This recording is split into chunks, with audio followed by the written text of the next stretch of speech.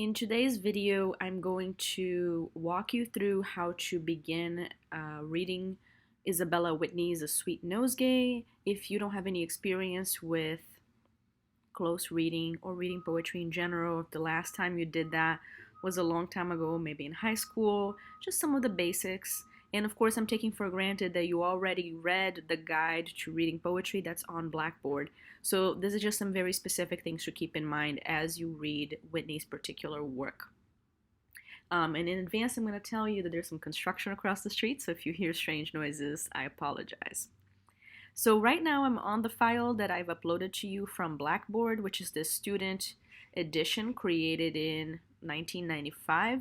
And it contains Isabella Whitney's full text of A Sweet Nosegay.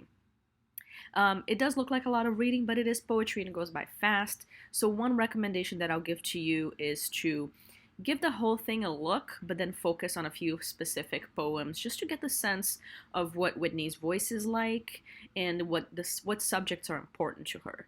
Especially as you go through, you'll see that her poetry is divided into different sections. So the Sweet Nosegay itself has to the reader a dedication, and then an introduction to the reader, the author to the reader. As you scroll through that, you see the actual Sweet Nosegay, which are these collections of what she calls flowers. And after this, the parts that I find most interesting are the letters that follow. So don't focus exclusively on these little flower poems, but make sure that you scroll all the way through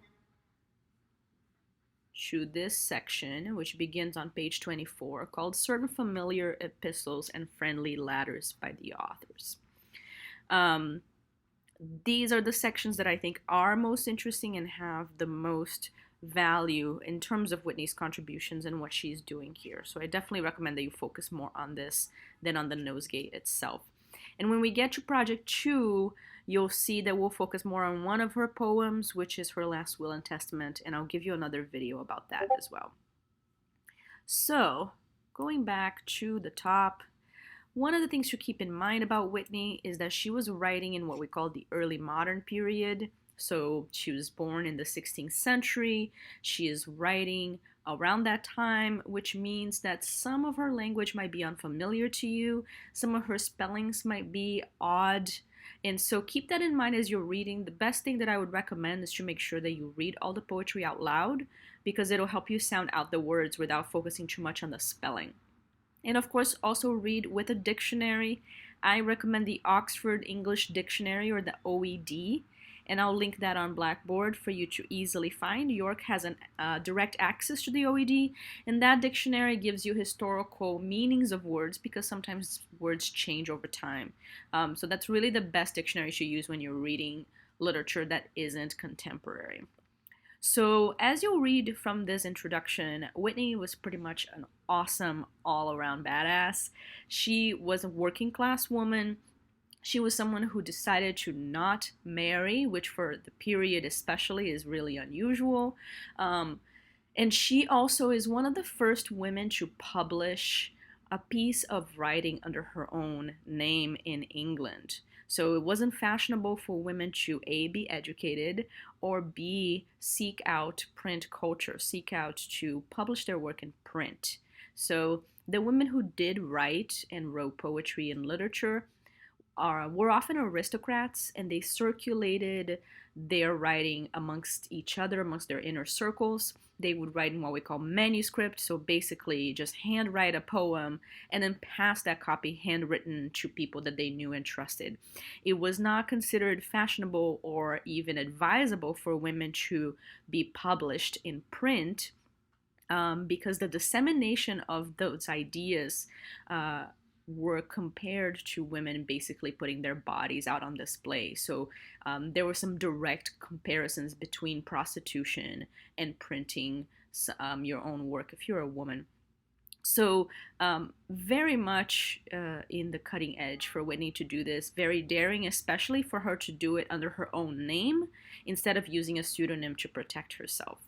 As you see from this intro, she's also publishing secular writing, which means non-religious writing, also something that is not very typical for the period. So the women that you did find writing poetry and writing prose were often women who were writing religious works because that was something that was a little safer for them to do, given that there was a lot of incentive to be religious and pious. So Whitney is a standoff in more ways than one, and I hope that that means that we can connect with her in some interesting levels and really think about the role of women in this period in particular, but in any period in general when we're talking about a woman who isn't an upper class woman.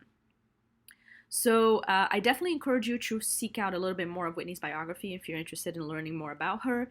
But she is also very transparent about her life in her poetry, so you'll learn about her as you read as well. So I won't go through anything else that's on here about punctuation, but I do recommend that you read some of this information. Then you will read her dedication to the worshipful and right virtuous young gentleman George Mainwaring, Esquire, Isabella Whitney, so that's ISW over there, short for Isabella Whitney, wishes happy health and good success in all his goodly affairs. So here's one example of early modern writing, right? So wisheth instead of wishes. Same word, just a different spelling. So then after this, you get her poem, The Author to the Reader, and I'll focus on some parts of this just to give you a sense of what you're aiming for when you read, and especially when you close read and annotate your poetry. So this is a very typical genre of writing where authors speak directly to the reader and they tell us what their aims and goals are for their work. So really important, this is the author coming out to us and saying, here's what I'm all about and here are the things that matter to me. When we read poetry, a couple of things that we want to pay attention to. We want to look at individual lines, and the numbers here on the side will count the lines in 10 increments. So when you're quoting poetry, you want to quote the line number. So if I wanted to quote "For to resolve me in such doubts," I'm going to say this is line 11. The other thing is that poetry is often broken in stanzas. This poem is one long stanza. And most of Whitney's poetry will be like that, but here's an example, TB in commendation of the author. These individual, what would look like paragraphs, are stanzas. So when you're describing a poem, you might say how many stanzas it has, as opposed to how many lines. So a poem might have 4 stanzas of 3 lines each, for example. We also like to look at rhyme schemes, so which lines rhyme with which other lines, and that'll give us a sense of whether a poem is more complex or whether a poem is more simple or akin to a lullaby, and that might also give us a sense of the tone of the poem. The last thing that we want to look at are metaphors or similes or any other kind of poetic devices. So are there moments where the author is talking about one thing but they mean another thing? And the thing to keep in mind with poetry is that the first reading goes fast because it's short, but then subsequent readings have to go a lot more slowly because we want to go really line by line and make sure that we interpret every single thing that the author is saying. So I'll give you an example with the first 20 lines here. So I'm just going to read a first time over. The author to the reader. This harvest time, I, harvestless, and serviceless also, and subject unto sickness, that abroad I could not go. Had leisure good, though learning lacked, some study to apply, to read such books whereby I thought myself to edify.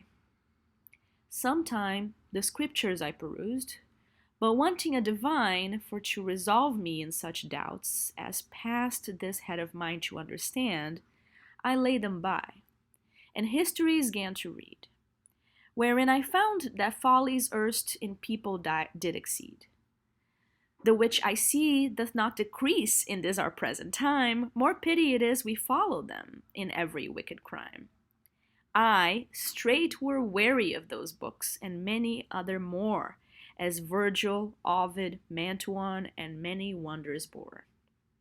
And to refresh my mazed muse, and cheer my bruised brain, And for to try if that my limbs had got their strength again, I walk it out.